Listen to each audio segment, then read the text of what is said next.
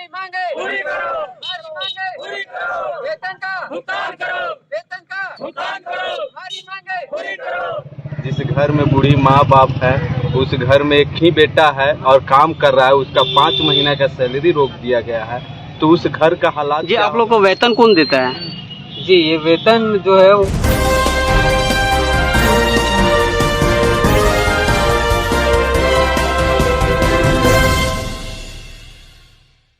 जोहार, नमस्कार।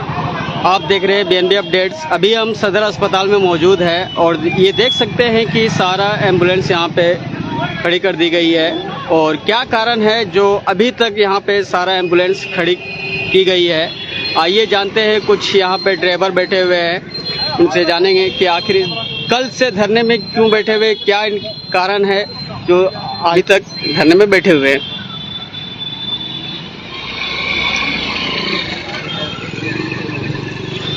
जी क्या नाम हो आपका?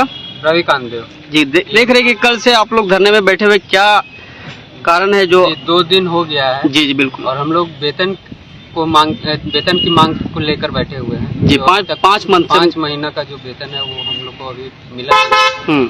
सिर्फ हमें आश्वासन मिलता है कि हाँ जल्दी ही पूरा किया जाएगा, बाकी कुछ आगे होता नहीं है, कार्रवाई होता नहीं है। इसके कारण हम लोग धरने पर बैठे हुए हैं।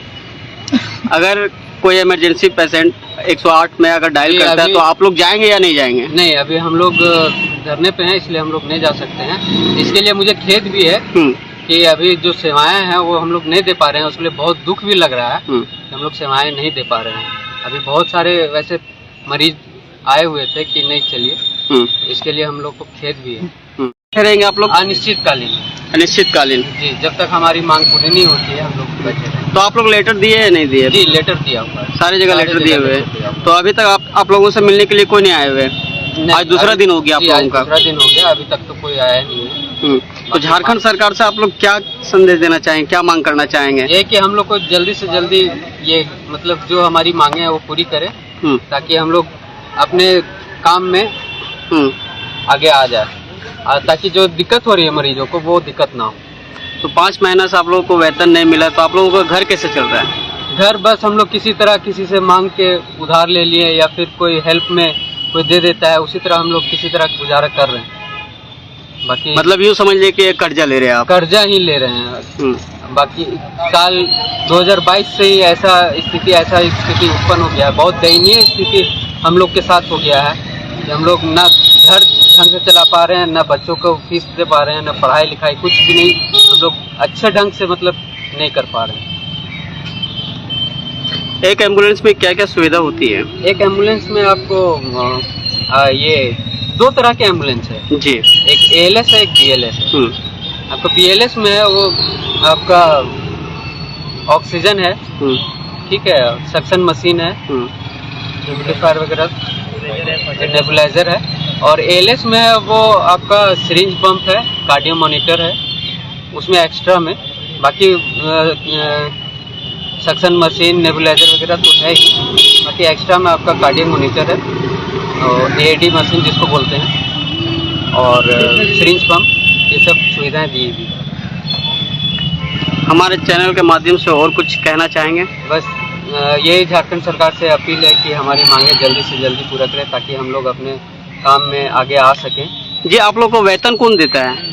जी ये वेतन जो है वो NHM से आती है। NHM से हम लोग को जो कंपनी जो ली हुई है टेंडर, चिकित्सा हेल्थ केयर, वो देती है, उसके द्वारा आती है।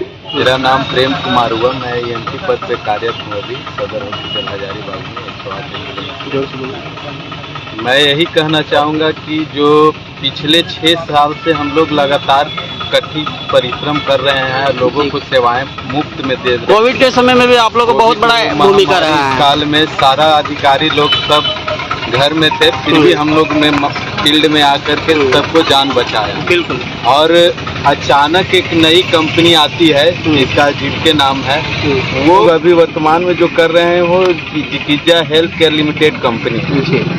तो मैं ये कहना चाहता हूँ कि जो नई कंपनी आई है तो हम लोग से डिमांड करती है कि 25,000 रुपया रजिस्ट्रेशन फीस के तौर पे हम लोग से लिया जा रहा है। मतलब डोनेशन या घूस?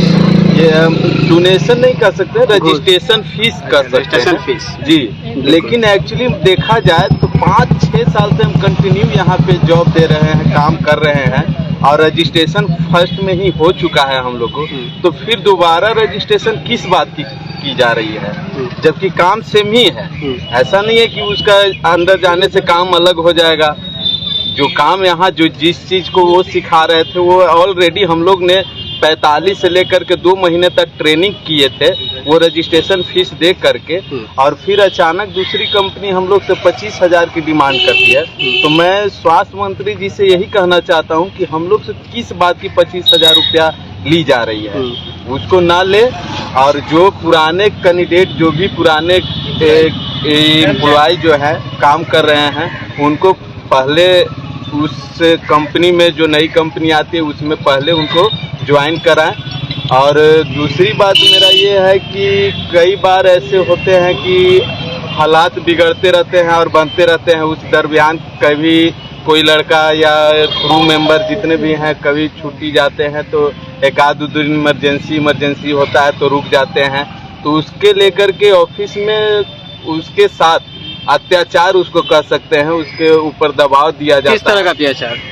ये कहीं ट्रांसफर कर दिया जाता है, तो कभी निकाल दिया जाता है, या कभी बैठा दिया जाता है, उसको काम करने से रोक दिया जाता है। तो ऐसा ना हो। और जितने भी मेरे क्रू मेंबर जितने भी हैं काम कर रहे हैं, हम लोग जितने भी एमटी और पायलट, इन लोग को सबसे पहली बात तो मैं यही कहूँगा कि इनको हर तरह की सुविधा दी जाए। और ये मेरा जिकिजा लिमिटेड हेल्थ केयर से कहना है कि ये जो पूरा पेमेंट हम लोग को पूरा कर दें, और उसके बाद जो रजिस्ट्रेशन फीस है उसको रोका जाए। तो आप लोगों का एक ही मांग है या और भी कुछ मांग है? बस वेतन के लिए या फिर और भी कुछ? नहीं, मांग तो इसमें देखिए, पहला मांग यही है कि हम लोग 18 तारीख को ये जो कंपनी, नई कंपनी आई है जो हैंड ओवर लेगी जिकिजा लिमिटेड कंपनी से, जो जीवके कंपनी, 18 जून जी, जो अगस्त का है, ये हैंड ओवर लेगी। तो हम लोग जो अभी जिस कंपनी में काम कर रहे हैं उस कंपनी का पूरा पेमेंट हम लोग को मिला नहीं है। तो हम अगर अचानक दूसरे कंपनी को दे दिया जा रहा है तो उस दरमियान हम लोग का पैसा को क्या होगा। किसी के घर में बहुत तरह की दिक्कत आ रही है, जिनके घर में अभी खाना भी खाने का ये नहीं है, अपना रोजी रोटी इसी से चलता है। उस दरमियान में अगर 5 महीने का सैलरी रुक जाती है तो समझ सकते हैं कि क्या स्थिति उस घर का होगा। जिस घर में बूढ़ी माँ बाप है, उस घर में एक ही बेटा है और काम कर रहा है, उसका 5 महीने का सैलरी रोक दिया गया है, तो उस घर का हालात क्या होगा। मैं यही सरकार से दरख्वास्त करना चाहता हूँ कि इस सारी बातों को ध्यान में रखते हुए एक बार हम लोग जितने भी स्टाफ हैं उस पर नज़र दें और इस बात को गंभीर अवस्था में के माध्यम से मैं यही कहना चाहता हूँ कि हमारे स्वास्थ्य मंत्री बन्ना गुप्ता हैं, जल्द से जल्द जो पेमेंट है हमारा वो क्लियर करें, और पुनः इस क्लियर होने के बाद हम लोग पुनः इस सेवा को सुचारू रूप से बहाल कर सकें। चलिए, बहुत बहुत धन्यवाद।